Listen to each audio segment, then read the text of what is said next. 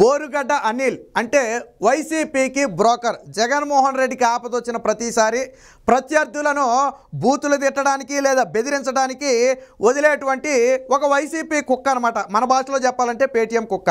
అలాంటి బోరుగడ్డ అనిల్ని నిన్న మొన్నటి వరకు ప్రతిపక్షాల మీద విమర్శల కోసం వాడుకున్నారు. ఇప్పుడు సొంత చెల్లి మీదే ప్రయోగించే ప్రయత్నం చేశారు. అత్యంత నీచంగా ఘోరంగా దారుణమైన విమర్శలు ఈ బోరుగడ్డ అనిల్ ద్వారా చేయించాడు జగన్మోహన్ రెడ్డి. జగన్మోహన్ రెడ్డి ఎంత నీచానికి దిగజారుతాడు అనడానికి ఈరోజు బోరుగడ్డ అనిల్ను షర్మిల మీద ప్రయోగించడమే ఒక ఉదాహరణ. ఇక ఏం మాట్లాడాడు?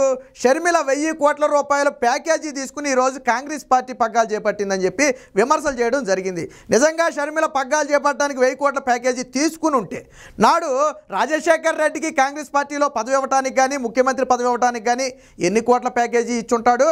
జగన్మోహన్ రెడ్డికి ఎంపీ పదవి ఇచ్చినప్పుడు ఎన్ని కోట్ల ప్యాకేజీ ఇచ్చుంటాడు?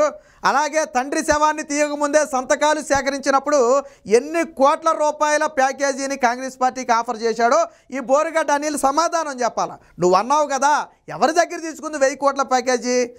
రేవంత్ రెడ్డి దగ్గర తీసుకుందా? సోనియా గాంధీ దగ్గర తీసుకుని వచ్చిందా? ఎవరి దగ్గర తీసుకుని వచ్చింది? నీ దగ్గర ఆధారాలు ఉన్నాయా? ప్యాకేజీ రాజకీయం అంటే ఏంటో చెప్పనా? ఇప్పుడు ఎమ్మెల్యేకి 50 కోట్లు, ఎంపీకి 200 కోట్లు డిపాజిట్ చేయమన్నాడు చూసావా జగన్మోహన్ రెడ్డి? అది ప్యాకేజీ రాజకీయం. రాజకీయాన్ని అడ్డం పెట్టుకుని డబ్బులు ఎలా సంపాదించాలి అంటే జగన్మోహన్ రెడ్డిని అడగాలి. 1000 కోట్లు అలా దోచుకోవడమే కాకుండా టిక్కెట్లు అమ్ముకుని కూడా 1000 కోట్లు దోచుకోవచ్చనే ఏదైతే బుద్ధి ఉందో అది వైసీపీ పార్టీ బుద్ధి, జగన్మోహన్ రెడ్డి బుద్ధి. షర్మిల ఎక్కడ టికెట్లు అమ్ముకోలేదే, తాను ఎక్కడ టికెట్లు అమ్ముతానని చెప్పలేదే. ప్యాకేజీ తీసుకుని రావడానికి తన తండ్రి పార్టీలోకి వచ్చింది తప్ప వేరొక పార్టీలోకి వెళ్ళలేదే. నిన్న మొన్నటి వరకు జగన్మోహన్ రెడ్డి అదే పార్టీలో ఉండొచ్చాడన్న సంగతి నువ్వు మర్చిపోయావా? ఇక నువ్వు పాదయాత్ర సమయంలో జగన్మోహన్ రెడ్డి జగన్ పేరు లేకపోతే షర్మిల ఎక్కడి నుంచి వచ్చింది, నీ పేరు ముందు జగన్ పేరు లేకపోతే నువ్వెక్కడ ఉన్నావని అడిగావు. నువ్వు అక్కడి దాకా వెళ్ళిపోయావు. నేను ఇంకోటి అడుగుతా చెప్పు. అదే జగన్మోహన్ రెడ్డికి రాజశేఖర్ రెడ్డి పేరు లేకపోతే జగన్మోహన్ రెడ్డి ఎవరు? కాంగ్రెస్ పార్టీ లేకపోతే రాజశేఖర్ రెడ్డి ఎవడు? దానికి సమాధానం చెప్పు నువ్వు. షర్మిల ముందు జగన్ పేరు లేకపోతే షర్మిల నథింగ్ అన్నావు కదా. మరి రాజశేఖర్ రెడ్డి పేరు లేకపోతే జగన్మోహన్ రెడ్డి నథింగ్, కాంగ్రెస్ పార్టీ పేరు లేకపోతే రాజశేఖర్ రెడ్డి నథింగ్. మరి దాన్ని ఎలా మర్చిపోయావు నువ్వు? దానికి కూడా సమాధానం చెప్పాలిగా.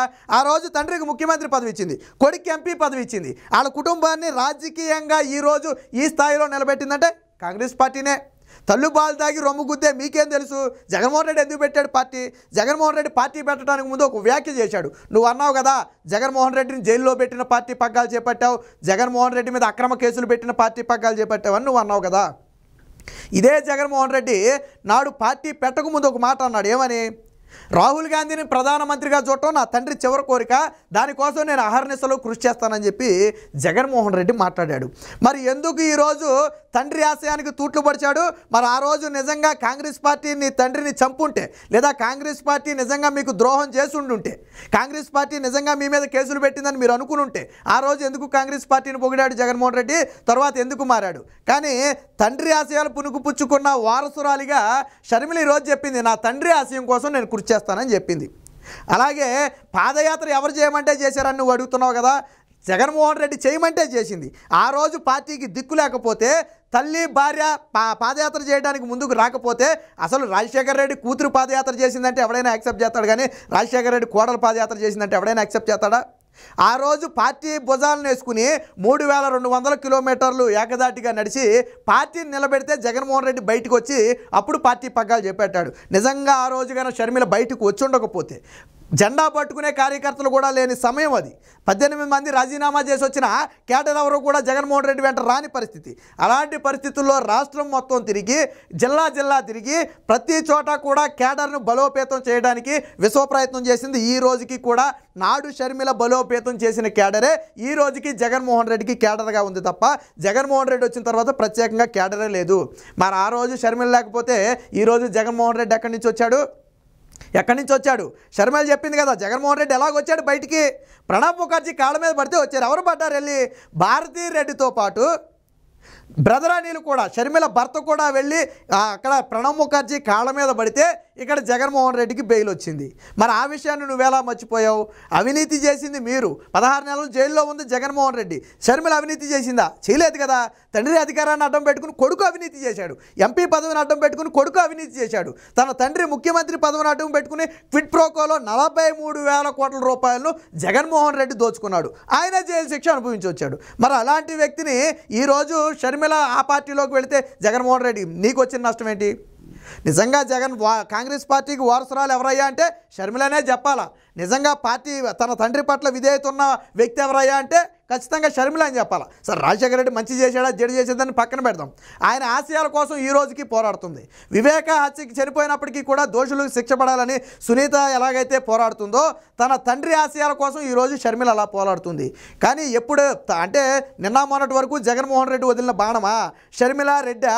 ఈరోజు పార్టీ మారేటప్పటికి మీ అన్నకు వ్యతిరేకమయ్యేటప్పటికి జగన్మోహన్ రెడ్డి వదిలిన బాణం కాదు, చంద్రబాబు వదిలిన బాణమా? లేకపోతే షర్మిల శాస్త్రియా?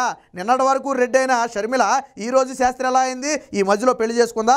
2019లో పార్టీ గెలిచిన తర్వాత తల్లిని చెల్లిని పక్క రాష్ట్రానికి తరిమేసి ఇంట్లో ఆడవాళ్ళ కన్నీటి శోకానికి కారణమైనటువంటి వ్యక్తి జగన్మోహన్ రెడ్డి.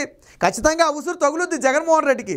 కుటుంబానికి మంచి చేయలేని వాడు, కుటుంబంలో ఆడవాళ్లకు మంచి చేయలేని వాడు రాష్ట్రం మొత్తానికి మంచి చేస్తాడంటే ఎవరు నమ్ముతాడు?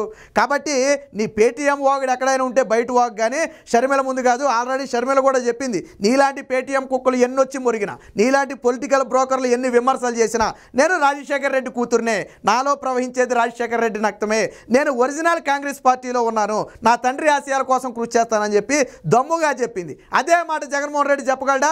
నేను రాజశేఖర రెడ్డి వారసుడినే, నేను ఆయన ఆశయాల కోసమే కృషి చేస్తాను అని చెప్పే దమ్ము జగన్మోహన్ రెడ్డికి ఉందా? లేదు కదా. సాక్షిలో సగం వాటాతో సహా మొత్తం జగన్మోహన్ రెడ్డి దగ్గర ఉన్న ఆస్తులన్నింటిలో కూడా సగం వాటా షర్మిలకి ఇవ్వాలా. అది అడిగినందుకే కదా మీరు తరిమేశారు. ఆ కక్షతో వచ్చిందని చెప్పి ఈరోజు నీలాంటి కుక్కలను వదిలి విమర్శలు చేపిస్తున్నాడు జగన్మోహన్ రెడ్డి. ఏది ఏమైనా ఎంత నీచానికైనా దిగజారుతాడు, తల్లి చెల్లి అనే తేడా లేకుండా విమర్శలు చేయిస్తాడు అనడానికి ఈ బోరుగడ్డ లాంటి పేటీఎం కుక్కలు చేసిన విమర్శలే ఒక ఉదాహరణ.